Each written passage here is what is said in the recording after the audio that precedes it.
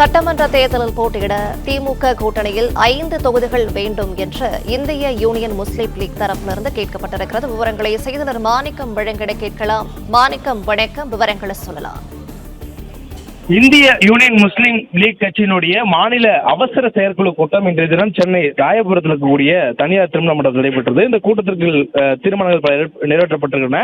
இந்த கூட்டத்திற்கு பிறகாக இந்த கட்சியுடைய தேசிய தலைவர் காதர் மொய்தீன் செய்தியாளர் சந்திக்கும் பொழுது 5 தொகுதிகளை இந்த முறை சட்டமன்ற தேர்தலில் திமுக கூட்டணியில் கேட்டு பெறுவதற்கு இந்திய யூனியன் முஸ்லீம் லீக் இருப்பதாக தெரிவித்திருக்கிறார்.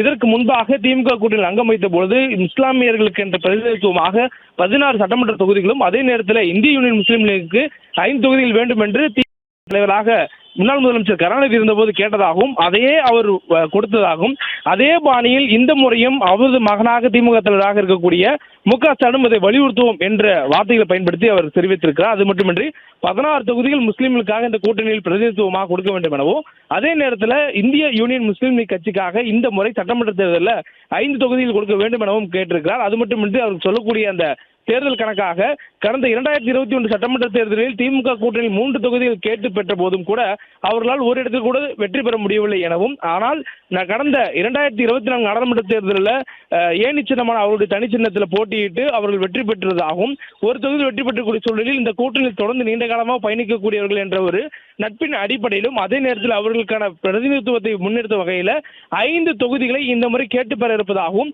5 தொகுதிகளுக்கு மேல் ஒரு தொகுதிகளும் வேண்டாம், ஆனால் 5 தொகுதிகள் நிச்சயம் கேட்போம் என்பதை உறுதியாக இருப்பதாகவும் IUML தேசிய தலைவர் காதர் மொய்தீன் அவர்கள் தற்போது தெரிவித்திருக்கிறார். பிளே ஸ்டோர் மற்றும் ஆப் ஸ்டோரில் இருந்து பாலிமர் செயலியை QR கோடு மூலம் பதிவிறக்கம் செய்யுங்கள். செய்திகளை உடனுக்குடன் பெறுங்கள்.